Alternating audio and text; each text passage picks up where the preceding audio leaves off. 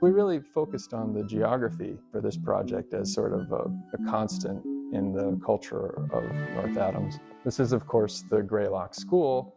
It's really well named, in my opinion, because it's right in the foothills of Mount Greylock, and the mountain is very prominent as you approach the school. So that reinforced this selection of the mountain as a focus for the project and for the design, and as a way to connect with the kind of identity and culture of North Adams, kind of going back over time. And then architecturally, we used the shape of the roof is the thing you'll notice most when you look at the design. It's a gable roof, which does connect with the neighbors. We're on a residential street here, single-family residences with gable roofs very often.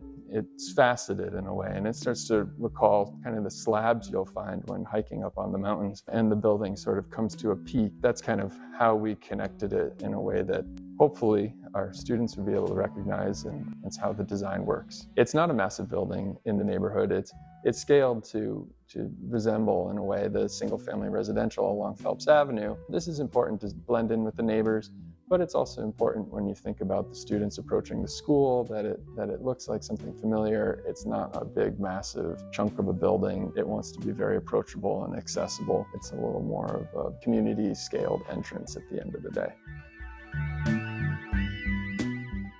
I am most excited about the neighborhood because I would like the outside to represent all the good stuff that's happening inside. We have such dedicated, awesome staff. And then when you come to school and you see bricks are falling down and windows, you can't see through them good, and all the things, the building has used its life. So to see that brought back to life with a new project is wonderful.